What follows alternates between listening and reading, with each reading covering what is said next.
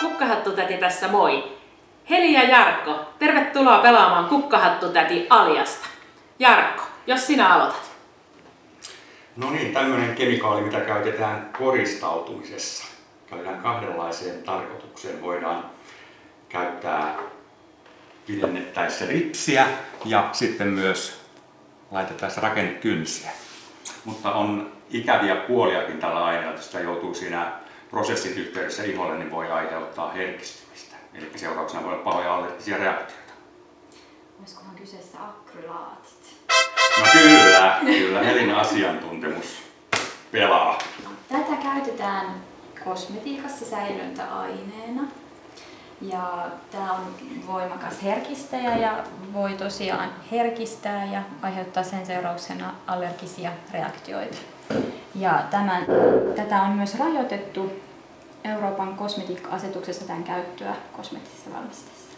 Joo, herkistelijä ja säilöntäaineita on paljon, mutta viime aikoina tapetilla on ollut metyyli-isotiazzolinoni, joka on aiheuttanut hyvin paljon herkistymisiä ja allergioita. Kyllä, aivan oikein. Yes.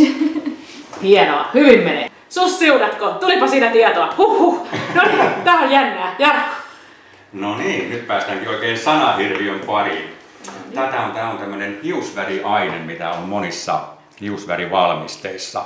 Saattaa myös olla tämmöisissä mustissa hennatatuoinneissa, jos edet jossain kaukomatkalla ottamaan. Todella paha herkistäjä. Voi aiheuttaa hyvin vakavia reaktioita hiusten värjäyksen yhteydessä, jos täällä herkistyy. Olisikohan kyseessä tämä paljon puhuttu parafenyleenidiami? Aivan. Heli tiesi oikean vastauksen. Kyllä te olette hyviä. Tätä käytetään hajusteena kosmeettisissa valmisteissa. Ja tämä on tämmöinen tunnettu hajusteallergeeni.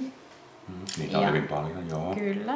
Ja tämän osalta myös kosmetiikka-asetuksessa on rajoituksia esimerkiksi pitoisuuden osalta ja on edellytyksenä, että pakkausmerkintöihin pitäisi merkata tämä ihan nimellisesti myös. No niin, tällä hetkellä tämmöisiä hajusteita on 26 kappaletta ja vetää sen Kukkahattutätin ihasta, että kyseessä on limoneeni. Aivan. Jee! Hyvä. No niin, vielä. Ole hyvä.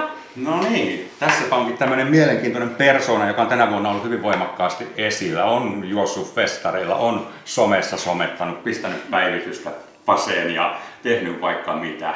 On tämmöinen Tukesin henkilö, joka on ottanut vastuun tämmöisestä Nuoret ja kemikaalit-kampanjasta, viestintäkampanjasta tälle vuodelle. Kuka mahtaisi olla kyseessä? No oiskohan se meidän Kukkahattutäti? No jo vain! Kyllä! Hyvä! Yes! Yes!